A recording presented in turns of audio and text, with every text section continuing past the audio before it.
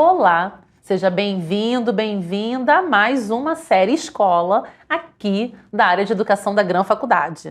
Eu sou a professora Estela Rocha, coordeno os cursos da área de educação aqui da Gran Faculdade e hoje tenho aqui uma convidada especialíssima. Adoro a parceria que nós temos, são mais de 20 anos de amizade pessoal e profissional. Então eu chamo aqui para minha bancada a professora Ana Paula Monteiro. Ana Paula, seja bem-vinda a essa bancada. Obrigada Estela pelo convite.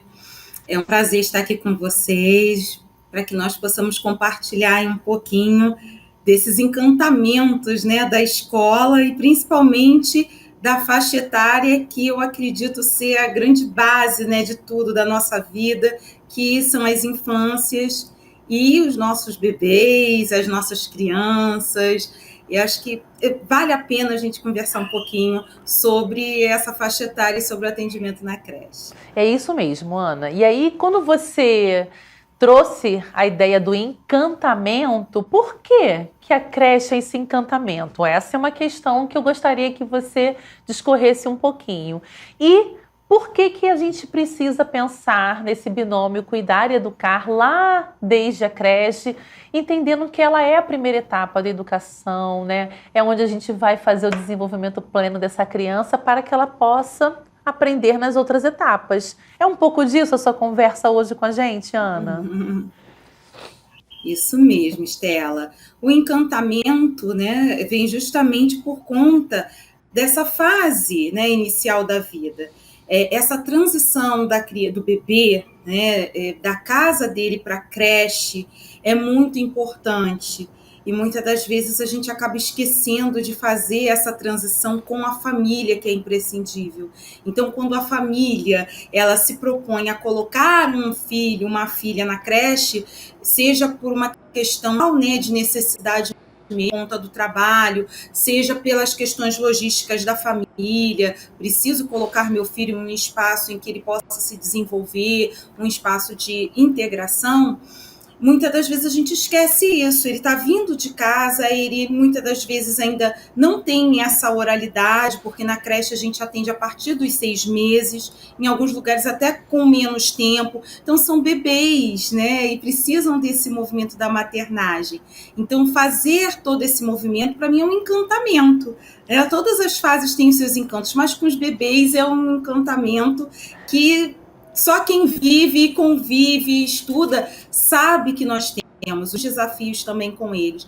Então, trazer o bebê para um espaço que difere do espaço da sua casa, do seu lar, em que ele vai ficar um tempo distante da família, da mãe, mudança na alimentação. Então, requer todo um cuidado que é muito grande, sem causar aquele impacto negativo na vida deles. Vai ter um impacto, sim, mas a gente tenta fazer essa transição da melhor forma possível, que seja realmente afetado positivamente por aquele local, por aquelas pessoas que vão estar ali nessa relação do cuidar e do educar. Ana, uma coisa interessante no cuidar e no educar, que eu acho que é uma coisa que você vem falando um bom tempo aí, né, nessa nossa trajetória profissional, que é essa questão da intenção pedagógica. Então, desde o berçário lá, o trabalho do professor, ele precisa ter uma intenção pedagógica, e isso faz parte desse encanto também da creche, não é verdade? Com certeza. Tanto o binômio, né, do educar e do cuidar, que não se separam, é um binômio, ele é inseparável, por mais que eu tenha uma professora, duas, que eu tenha uma auxiliar que esteja ali naquela sala com os bebês, com as crianças bem pequenas, esse grupo, ele precisa estar afinado. E todas as atividades que a gente propõe para os nossos pequenos, ela tem uma intencionalidade. Então, essa intencionalidade, ela vem no planejamento do professor, em que nós vamos justamente ter os nossos objetivos com as crianças, mas a gente planeja o nosso dia, o que a gente vai fazer. E esse planejamento não é só um guia para o professor, esse planejamento ele é fundamental porque ele é feito para as crianças e muitas das vezes com elas também. Então é interessante a gente ter essa intencionalidade viva. Eles não estão ali só para brincar, como muitas das pessoas, né? Às vezes os pais, eu quero colocar ele na escola, na creche só para brincar. Na verdade, essa brincadeira, ela tem uma intencionalidade. Então, a gente trabalha com o binômio do cuidar e do educar, nós trabalhamos com a questão das brincadeiras e das interações, é um espaço para que ele possa interagir com crianças da mesma faixa etária, com os maiores, com os menores, com os adultos. Então, é um espaço pleno para o desenvolvimento infantil. A creche, a pré-escola, são espaços ricos para esse desenvolvimento. Ana, uma outra questão importante também, que eu tenho certeza que você também pode discorrer um pouco, é sobre as expectativas da família. Porque muitas das vezes a família coloca uma criança muito cedo na creche porque vivemos hoje um momento em que as mulheres, né, e os homens estão no mercado de trabalho. Então, a procura pela creche ainda não é pelo desenvolvimento infantil de cunho pedagógico como eu e como você, né, de certa forma acreditamos, mas muito mais, como você falou no início da nossa fala, é só sobre a maternagem. E como fazer com que essa família perceba ou mesmo entenda a intencionalidade pedagógica de todo o processo, né? E aí, depois eu gostaria que você falasse um pouquinho de como é, então, uma rotina dentro de uma creche. Como é que a gente pensa nessa rotina com uma intenção pedagógica? A questão da infância, ela, na verdade, é muito recente, né? A gente pensar na infância como a gente pensa hoje, nos bebês, nas crianças. Há um tempo atrás, a gente pode, né, colocar aí até na Idade Média, a criança ela era vista como um adulto em miniatura. Então, o que um adulto poderia passar, uma criança também passaria. Quando a gente começa a estudar sobre a infância hoje, a gente pensa que isso, né, já vem de séculos, que a gente sempre teve essa visão de proteção, né, de cuidado com a criança, e isso é recente. A gente tem aí, né, uma Constituição, em 88, a gente teve aí o Estatuto da Criança e do Adolescente, né, na década de 90. Então, a gente vem com todo um desenvolvimento, né, a própria Lei de Diretrizes e Bases da Educação, a 94 e 96, é o nosso grande ponto-chave em que a educação infantil ela faz parte da educação básica, que até então ela não fazia parte. A educação infantil ela não era pensada, ela não era planejada, nós não tínhamos, né, uma verba pública para a educação infantil, e aí tem até a transição, né, do Fundo de Desenvolvimento da Educação, que era só para o ensino fundamental, e depois tornou-se da educação básica, ampliando isso para a educação infantil, e são conquistas que nós estamos tendo desde a década de 80. Então, esse trabalho hoje da creche, ele é um trabalho novo.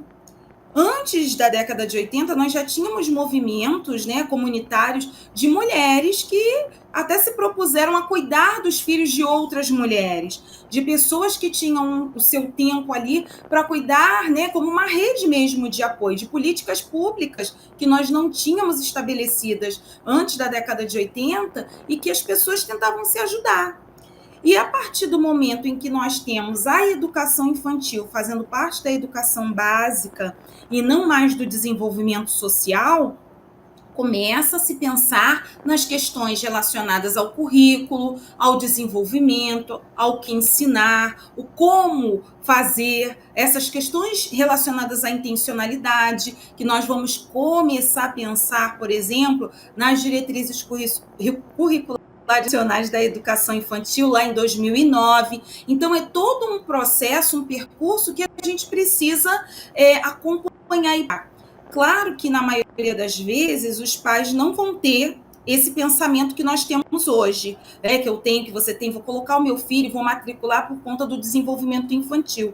É por uma questão de necessidade. Seja a necessidade do mercado de trabalho, essa mulher que precisa trabalhar, né, esse pai que não tem com quem deixar o seu filho, seja pelas questões econômicas mesmo da família. Eu tenho crianças, por exemplo, eu atuo numa creche pública e eu tenho crianças que os pais colocam na creche por conta da alimentação, do risco nutricional que algumas correm. Então, tudo isso é pensado também como uma política pública para essas famílias que estão passando por alguma situação de vulnerabilidade. Então, essa intencionalidade e essa conquista com as famílias, ela é importante para a gente explicar a nossa necessidade enquanto profissionais e a necessidade das crianças também no seu desenvolvimento. Que ali não é só um espaço que ele é bonito, que ele tem brinquedos e que elas ficam para passar o tempo. Na verdade, esse tempo que elas têm ali é um tempo também produtivo no seu desenvolvimento infantil. É um tempo em que você percebe a autonomia, o desenvolvimento delas no decorrer desse processo, o que é essencial e o que é muito importante. Então, o trabalho com a família, ele é a nossa mola mestra para que a gente consiga um desenvolvimento pleno dessas crianças, desses bebês que a gente faz o atendimento na creche. Nossa, Ana, bom, a gente ainda tem aqui algum tempinho para a gente conversar, mas eu gostaria muito que você pudesse falar aqui para a gente sobre um projeto de leitura, porque eu sei que você também é uma escritora e você vem fazendo aí um projeto de leitura para os bebês. E aí, eu acho que por você falar nesse tema, eu acho que traduz para futuros, né, professores, os nossos estudantes das licenciaturas, como eles podem perceber, como colocar em prática. Então, conta um pouquinho para a gente desse projeto de leitura, como ler para os bebês, como contar histórias para eles, por que é interessante, por que é importante isso? Então, é uma outra paixão, né? O trabalho da leitura, dessa oralidade, de deixar, né, com que eles também narrem as suas histórias, contem as suas histórias. E formar, né, esses leitores desde pequenos. Então, assim, o livro, na verdade, para eles é um brinquedo. O livro, para eles, é um grande brinquedo que eles vão poder folhear, que eles vão poder mexer, que eles vão rasgar, que eles vão amassar. E quando eles percebem que ali a gente pode contar as histórias através da rodinha que a gente monta com eles, a gente coloca, né, os bebês também em bebê conforto e a gente começa a contar a história. Claro que são histórias bem curtinhas para iniciar esse incentivo à leitura. Eles ficam maravilhados, eles causa realmente, né, aquele encantamento, o que eu estou ouvindo, o que ela está contando, e eles gostam muito, e a gente percebe o impacto disso mais à frente, quando uma criança ela chega aos 3 anos de idade e ela já tem a sua oralidade muito bem articulada e desenvolvida por conta de ouvir a história, de contar as suas histórias, de mudar essas narrativas, mudar o início, mudar o meio, mudar o fim da história, né? De contar a história do seu jeito, de querer recontar, né? Juntando outras histórias. Então, é um movimento que a gente percebe de grandeza, né? Ele é um movimento de grande potência na vida das pessoas e que isso a gente vai perceber para os adolescentes e os adultos. A gente cobra muito dos adolescentes, então fazer o Enem, a redação do Enem, você tem que ser bom na redação, e a gente percebe, quando você desenvolve isso desde pequenininho, né, alguns têm esse privilégio das mães até contarem histórias para eles ainda na barriga, de conversar, a gente percebe o quanto isso influencia nesse desenvolvimento da criança, da sua oralidade, da sua atividade, do seu desenvolvimento na escrita, e tudo isso vem perfazendo a trajetória escolar dessas crianças. Ai, Ana, obrigado por essa conversa, por esse bate-papo. Acho que a gente vai precisar de mais encontros para falar sobre os encantamentos do berçário, da creche. Quero agradecer mais uma vez a sua participação aqui e te espero encontrar num próximo momento, minha amiga. Beijos. Tchau, tchau. Beijo, Estela. Muito obrigada. Tchau.